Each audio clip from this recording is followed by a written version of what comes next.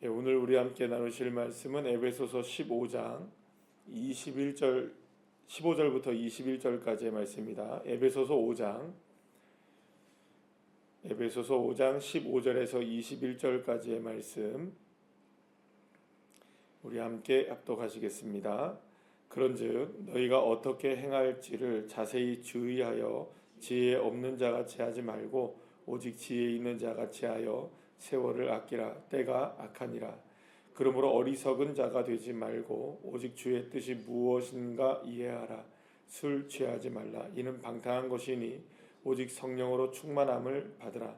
시와 찬송과 신령한 노래들로 서로 화답하며 너희의 마음으로 주께 노래하며 찬송하며 범사의 우리 주 예수 그리스도의 이름으로 항상 아버지 하나님께 감사하며 그리스도를 경외함으로 피차 복종하라. 아멘. 할렐루야. 에베소 교회 성도들은 그 에베소라는 도시에서 살아가는 한 그 시민으로서 굉장히 약자에 속했다고 볼 수가 있습니다. 뭐 인원으로 봐도 소수에 불과했고 또 주류와 비주류 만약에 나눈다면 비주류에 속해 있었던 사람들이었고요. 그들은 힘이 별로 없었습니다. 또 경제적으로도 가진 것이 많지 않았고 경제력뿐만 아니라 이 정치력으로 봐도 그들은 늘 힘이 없는 그런 약자에 있을 수밖에 없었습니다. 굉장히 연약한 사람들이었죠. 그들은 세상 속에서 자신들을 나타낼 존재감이라는 것을 그렇게 갖고 있었던 사람들이 아니었습니다. 그리고 그들에게 그러한 기회가 잘 주어지지도 않았죠. 사도 바울은 그러한 처지에 있었던 에베소 교회 성도들의 상황을 누구보다 잘 알고 있었습니다. 에베소에서 3년이 넘는 시간 동안에 목회를 하고 거기서 예수님을 가르치면서 살았지만 사도 바울 역시 사람들에 의해서 거의 쫓겨나다시피 해서 에베소에서 도망치듯 나올 수밖에 없었던 상황인 것을 우리가 생각해 본다면 이 에베소라는 도시 안에서 그리스도인으로서 살아간다는 것이 얼마나 힘겨운 일인가를 누구보다 잘 알고 몸소 경험했던 사람이 이 바로 사도 바울이었다는 것을 분명히 알 수가 있습니다. 그런데 이런 사도 바울이 이제 에베소 교회 성도들을 향해서 편지를 쓰면서 그런 걸 공감하고 분명히 있었을 텐데 오늘 본문에 보게 되면 오히려 어떤 말을 하게 되냐, 세상이 비록 그러할지라도 세상과 타협하지 말고 세상 속에서 그들과 함께 그렇게 살아가지 말고 오히려 그리스도인으로서의 당당함을 유지하고 살아가라는 이야기를 하게 되는 것을 보게 됩니다.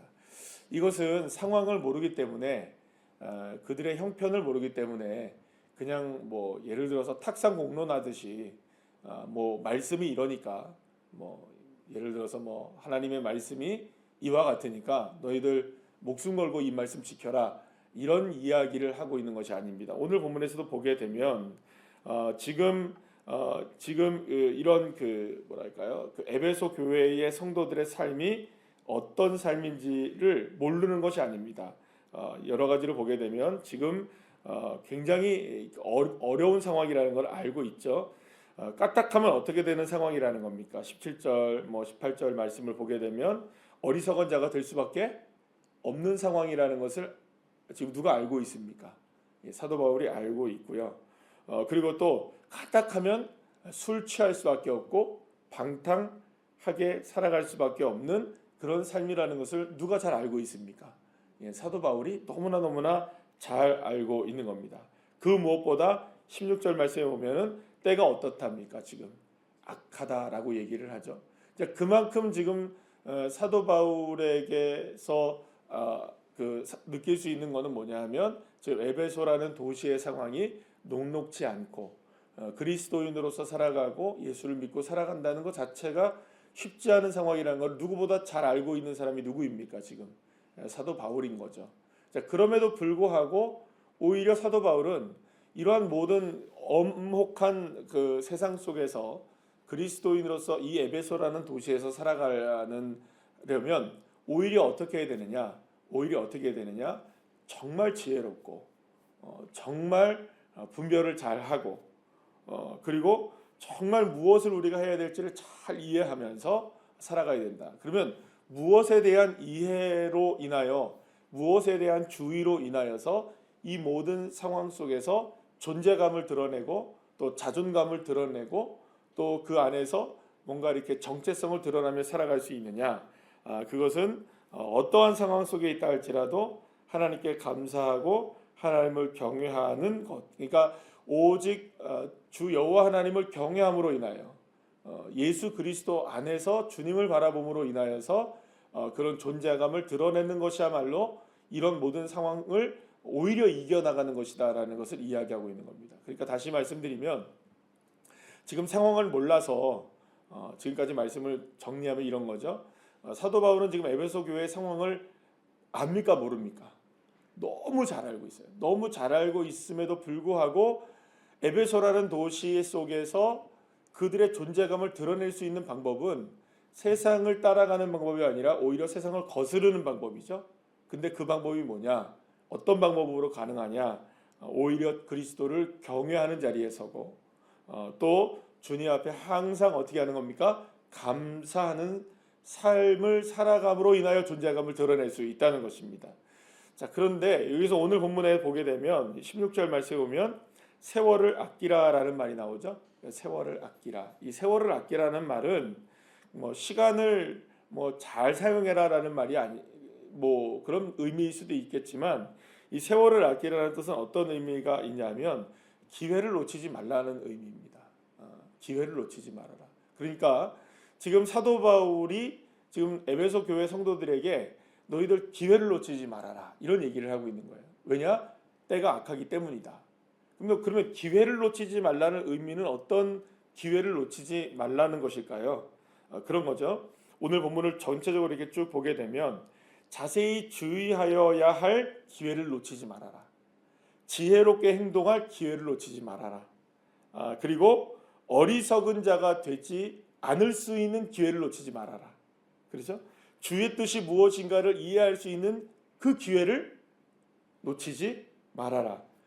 술 취할 수 있고 방탕할 수 있지만 그 상황에 놓여 있다 할지라도 성령의 충만함을 입을 수 있는 기회를 놓치지 말아라.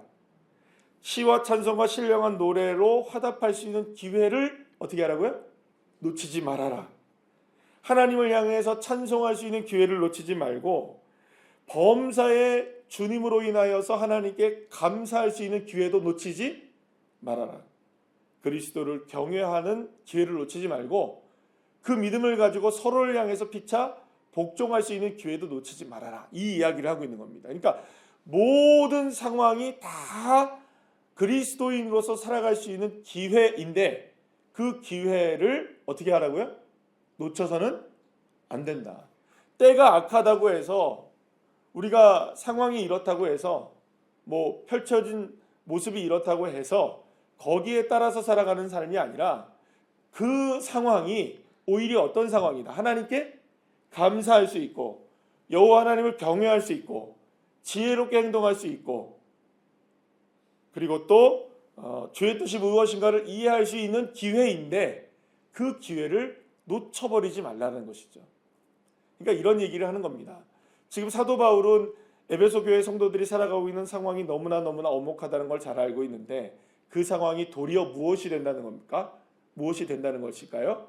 하나님께 감사할 수 있는 기회가 된다는 것이죠.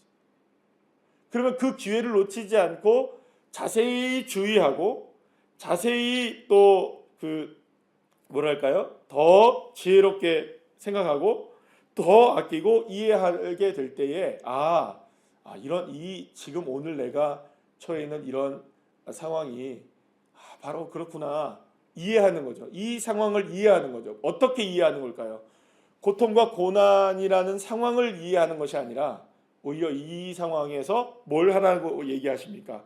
찬송하고 감사하고 경외하고 이 기회를 놓치지 않게 된다면 하나님께서 그들을 통하여서 하나님의 뜻을 이루어 가시고 하나님의 나라를 이루어 가시고 하나님의 영광을 드러내신다는 것입니다. 그러니까 어떻게 보면 우리의 삶에서도 동일하게 그렇지 않겠습니까? 오늘 하루의 삶 속에서 아니 어제의 삶에서 우리가 생각할 때 많은 일들이 우리에게 있단 말입니다. 그러면 그 모든 상황과 순간들에게 우리에게는 어떻게 보면 기회가 주어진 겁니다. 둘 중에 하나인 겁니다. 이런 거죠. 만약에 예를 들어서 화가 날 수도 있는 상황, 이 화가 날 수 있는 상황을 감사로 바꿀 수 있는 기회, 이런 거죠. 어떤 상황이 주어져도 사실 이것에 대한 반응을 어떻게 하느냐의 기회가 우리에게 주어지는 겁니다. 어떤 상황이 주어졌을 때 화를 낼 수도 있는 기회가 될 수도 있는 것이고 감사할 수 있는 기회가 될 수 있는 것이죠. 그렇죠? 그럼 여러분 어떻게 하셨습니까?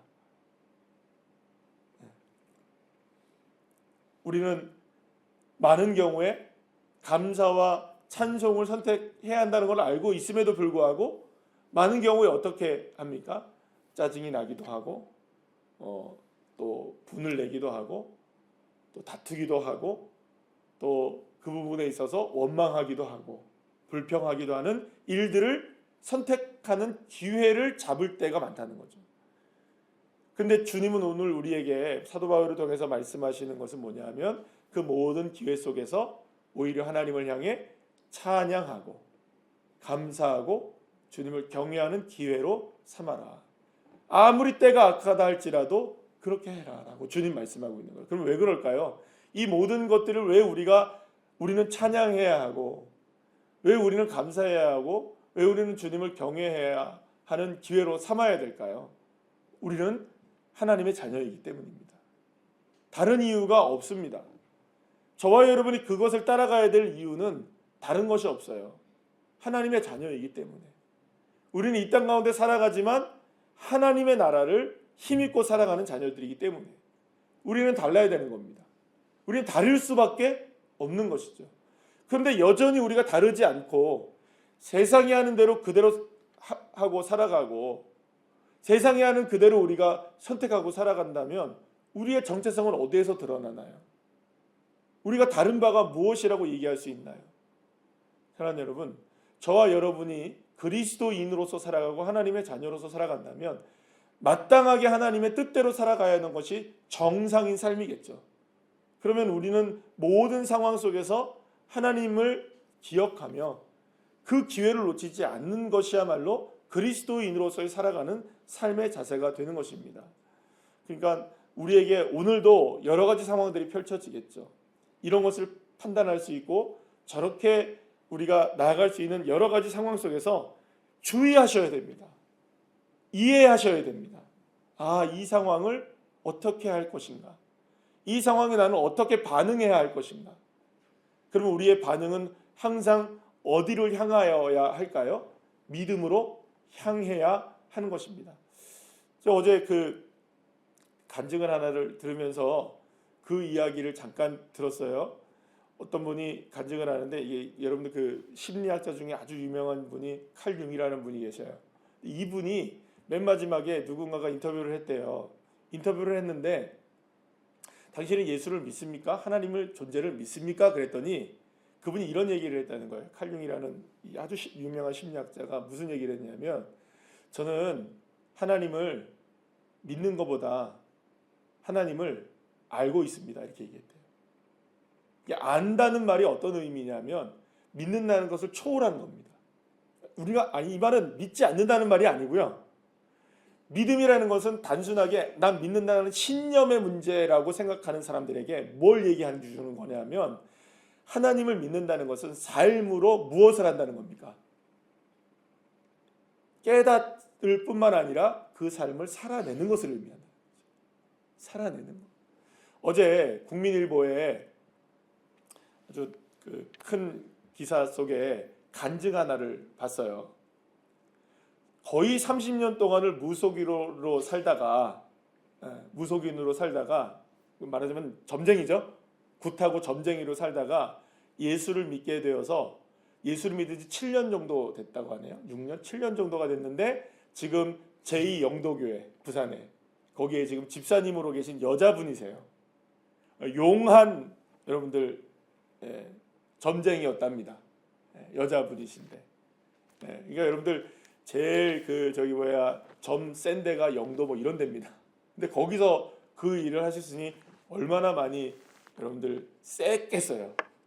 그런데 이분이 예수님을 만난 거예요. 근데 예수님을 만나고 난 다음에 정말 예수님을 믿게 되고 완전히 회심을 하게 돼서 지금 이제 집사로서 삶을 살아가고 너무 행복하다고 얘기를 하더라고요. 근데요, 그분이 이런 얘기를 해요. 자기에게 찾아오는 40%가 그리스도인이래요. 자기에게 찾아오는 사람의 40%가 예수 믿는 사람들이래요, 교회. 근데 그 중에는요, 어떤 사람들이 있느냐? 장로, 권사, 집사는 물론이고 사모들까지 있대요. 연초가 되고 연말만 되면은 꼭 토정 비교를 보러 오는 단골도 있대요. 그래서 자기가 물었대요. 아니 왜 교회를 다니면 하나님 믿는 사람들이 왜 이걸 믿느냐? 왜 이걸 보려고 하느냐? 그리고 오히려 막 뭐라 했대요. 그래서 그들이 그렇더라는 거예요. 불안해서 그렇다고. 대부분들 그런 얘기를 하는데 미래가 궁금하고 불안해서 그렇대요. 그러면서 그분이 하는 얘기가 무슨 얘기를 하냐면 이런 얘기를 하는 거예요. 정말 자기가 지금까지 20몇 년 거의 30년을 그렇게 무속인으로 지나면서 자기가 아는 무속이라는 거는 그런 얘기를 하는 거예요. 하늘의 기운을 빌어가지고 세상을 판단하는 거라고 얘기를 하지만 귀신의 힘을 빌어가지고 그저 사람을 두려움을 자극하는 것밖에 안 된다는 거예요. 그럼 생각해보라는 거예요. 자기가 생각해보라는 거예요. 그게 맞겠냐고. 천지를 만드신 여호와 하나님이신데 거기에 하나님이 놀아나시겠냐 이거죠. 그러면서 절대로 예수 믿는 사람, 교회 다니는 사람들은 여러분들 취미로라도 그냥 장난이라도요. 장난이라도 그리고 뭐 그냥 늘상 하는 일이니까 오늘의 운세 같은 거 여러분들 보지 마세요. 끊으셔야 돼요. 끊으셔야 돼요. 재미로라도 타로 이거 보지 말라는 거예요. 그분은 이 타로 요즘에 젊은이들이 얼마나 많이 그거 하는 줄 아십니까, 여러분들? 타로 점집. 여러분 관광지 유명한 관광지 다 가보세요. 거기 타로점이 없나요? 여기 우리 일산지 바닷가만 가봐요. 타로점들이 얼마나 많은지. 장난으로 본다요, 장난으로. 근데 그건 귀신 장난이라는 거예요. 귀신 장난. 어떻게 예수 믿는 사람들이 1계명을 어기고 2계명을 어기냐 이거예요. 왜 그럴까요? 두렵다고. 세상 사람들이랑 거 똑같이 따라가고. 그리고 예수 믿는 사람들의 정체성을 잃어버리는 거예요. 문화가 그러니까 그렇다는 거예요. 근데 그렇지 않은 거예요, 여러분들. 주의하셔야 돼요. 이해하셔야 돼요. 신문에 나오고 어디에 뭐 나오고 이런 것들 하시면 안 됩니다. 절대 하시면 안 됩니다. 그거 귀신 장난입니다. 어쩌면 그리스도인으로서 살아가야 되는 그 삶에 있어서는요, 그분이 아까 전에 말씀한 그분이 뭐라고 얘기하냐면 우리에겐 팔자도 없다라는 거예요. 팔자도. 여러분 예수 믿는 사람의 팔자 없습니다. 우리에게 팔자가 어디 있어요, 여러분들? 우리는 다 누구의 뜻대로 살아가는 겁니까? 하나님의 뜻대로 살아가는데 무슨 팔자가 있어요, 여러분들? 여러분 예수 믿는 사람들에게는 여러분들 과거의 모든 일들을 다 끊어내신 분이 누구십니까? 예수님이세요. 근데 여전히 여러분들 뭐 과거에 뭐가 우리를 얽매이고 있다. 이거 생각하지 마세요. 다 그거 안 되는 거예요. 그러니까 저와 여러분이 예수를 믿었다는 것은 오늘의 하나님이 과거에도 하나님이셨습니다. 나의 하나님. 내가 예수를 믿기 전에도 나는 하나님의 자녀로서 예정되어 있었던 사람입니다. 그죠? 아멘이십니까? 아니 내가 하나님의 나라의 생명책에 기록도 안 돼 있는데 내가 갑자기 예수를 믿어가지고 하나님이 야 나 까먹었네. 아이고 권호준이라는 인생을 내가 까먹었네. 그리고서 막 부랴부랴 급하게 막 주님이 쓰셨을까요? 제 이름을? 그렇게 생각하시나 보다. 그죠? 저는요 모태신앙 아닙니다. 저 모태신앙 아니에요. 저희 아버님이 목사님이셔도 전 모태신앙 아닙니다. 저는 어렸을 때부터 그냥 교회를 나가긴 했지만, 그럼 여러분 제가 7살 때 처음 6살 때 교회를 나갔다고 치면, 7살 때로 기억하는데, 그때 교회를 그냥 나갔다고 치면 그때 하나님이 부랴부랴 저를 생명책에 기록하시고 너 교회 나왔으니 생명책 기록 이렇게 하셨을까요? 아니에요. 저는 만세 전부터, 태초부터 제 이름은 하나님의 생명책에 기록되어 있는 존재이고요. 비록 나중에 예수님을 믿었어도 제 인생의 전반부가 예를 들어서 예수님을 믿지 않았던 어린 시절이 있다 치더라도 그때 일어난 모든 일들도 여러분들 하나님의 은혜 가운데 있었던 일입니다. 아멘. 왜요? 그게 하나님의 은혜가 아니에요, 여러분들? 내가 예수 그리스도를 믿게 된 모든 과정이 하나님의 은혜입니까? 아닙니까? 은혜죠. 생각해 보셔야 됩니까? 내가 지금 예수를 믿고 난 이후에 은혜입니까? 아닙니까? 은혜죠. 앞으로도 은혜죠. 그럼 과거는 아닙니까? 그러면? 과거도 은혜인 거예요. 예수 믿는 모든 자들에게 이걸 고백할 수 있으셔야 됩니다. 나의 모든 삶의 순간 속에 힘겨운 일도 있고 아픔도 있었지만 주의하시고 이해하셔야 돼요. 그것 또한 하나님께 감사할 일이구나. 세상 따라가는 것이 아니라 술 취하고 방탕하고 염려하고 근심하고 이렇게 살아가는 인생이 아니라 저와 여러분은 하나님의 자녀로서 당당하게 감사하며 살아가는 겁니다. 주님 경외하며 살아가는 겁니다. 이런 믿음의 삶의 길을 걸어가는 저와 여러분 모두가 되시기를 간절히 축복합니다. 기도하시겠습니다.